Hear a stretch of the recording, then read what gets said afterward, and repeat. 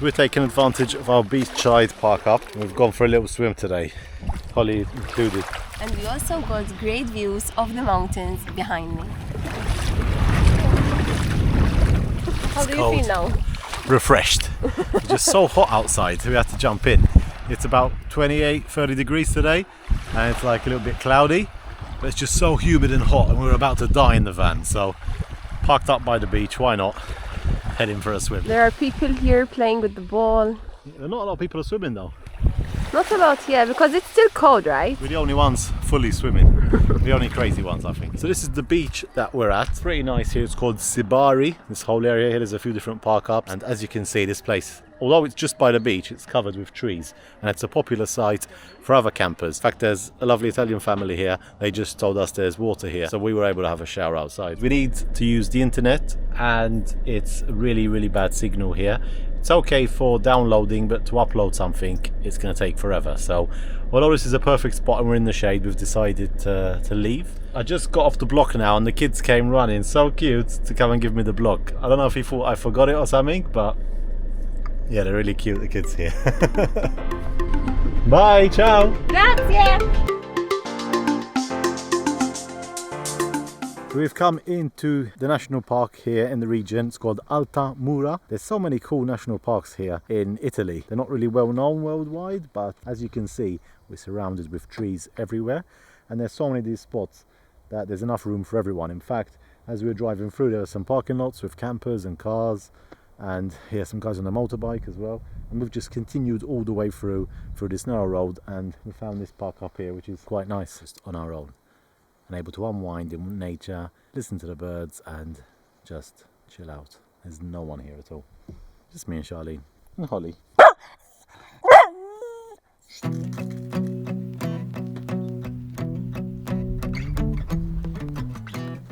We're nibbling on some twisties.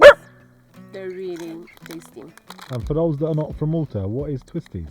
It's with cheddar. I don't know. Cheddar. Cheese. Cheesy. This is what it looks like. So a lot of you commented in last week's video, and we've also been receiving some messages and people sending us articles about van life and motorhoming in Greece. And yeah, it's definitely come as a bit of a shock for us, seeing that we've got a ferry booked to cross from here in Italy over to Greece with our van. Now, for those of you that are not aware of the situation, the media have come out and explained that van life, motorhoming and caravan and just parking up on a public area throughout the whole of Greece is now illegal, and you can get a €300 fine on the spot or up to 3 months in prison.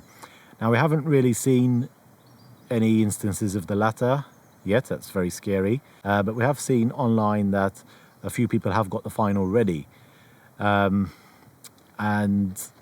And obviously it's really bad timing for us because, as I mentioned, we're just about to go across. But at the moment we're obviously a bit confused as to whether we should go or not, because we obviously don't want to get a fine. We don't want to go to prison. Even if you don't get fined, it's still going to dampen the experience, because you're always going to be looking over your shoulder and feel like you're kind of doing something wrong.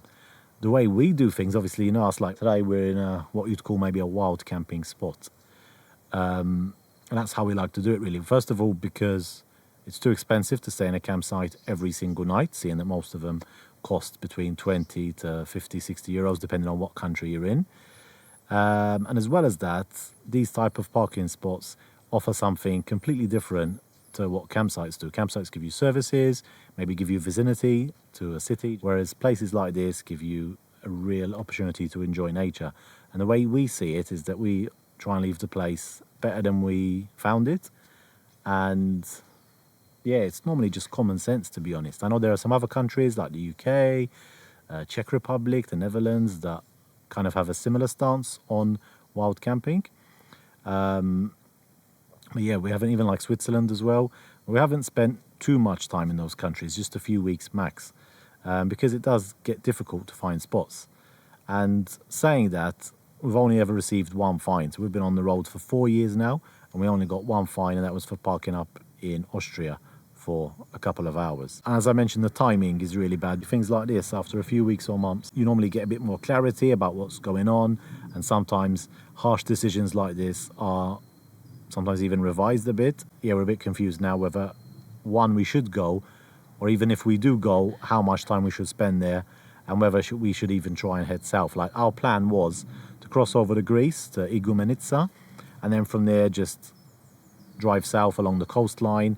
It looks like there's some beautiful beaches there, and then kind of just see where it goes from there, and then maybe head up to the mountains on the way up. So we were planning to spend about 3 months there, but with this now, unless there's any further updates, we don't really feel like doing that, because even if you don't get a fine, like I mentioned, you're not really going to enjoy the experience, kind of feeling that you're doing something wrong.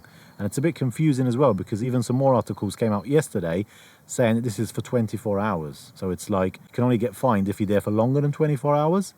But then the original articles and the actual law itself doesn't specify anything. So with these different media articles, it's just making the thing so confusing. The law itself, it was updated in January, so it's been 5 months now. But a couple of weeks ago, it seems like some first Greek motorhomers got a fine, and then they reported it to the organisation. So that's how the word spread. But the actual law changed in January. So that's where we are at the moment. We'll be closely monitoring the situation over the next few days, just to decide what we're going to do exactly.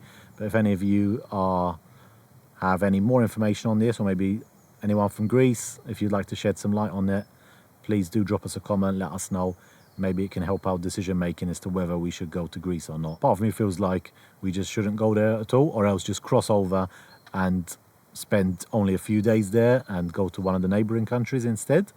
But the other part of me feels like maybe it's kind of a bit over exaggerated, and it could be that only in certain touristic areas they're giving out fines, but because of the different articles and the way the law is, it's so open that it makes you second guess, and we have to kind of make a decision as to whether we should go or not. So Greece or no Greece? That's the question. It's a very tough decision because we already paid money for the tickets. Yeah, and it wasn't cheap, was it? It wasn't cheap, and it's like, if we don't go, it's like we wasted our money. But then if we go, we get the opportunity to at least try. Vanlife, it's not about, rules and stuff like this. Sometimes it's all about freedom and being on the road. I mean, that's the way I see it.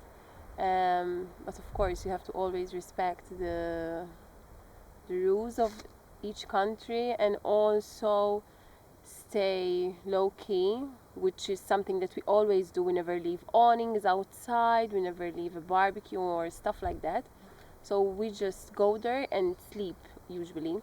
And if we do a barbecue, we always put everything inside, even our chairs, everything, because we don't want, locals to be offended.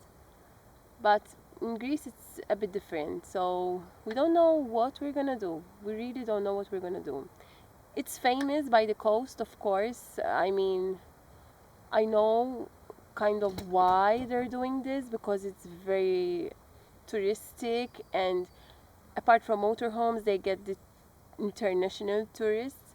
So I really understand why they're doing this, and maybe there's not a lot of space where other people can park. But I still think that this is not the right approach from the government, because in winter, during the winter and autumn and the other seasons that it's not very, very touristic, vanlifers spend money there, and the other small businesses that aren't in the famous places are going to feel this for sure. But yeah, I think, in my opinion, I think we should go and give it a try.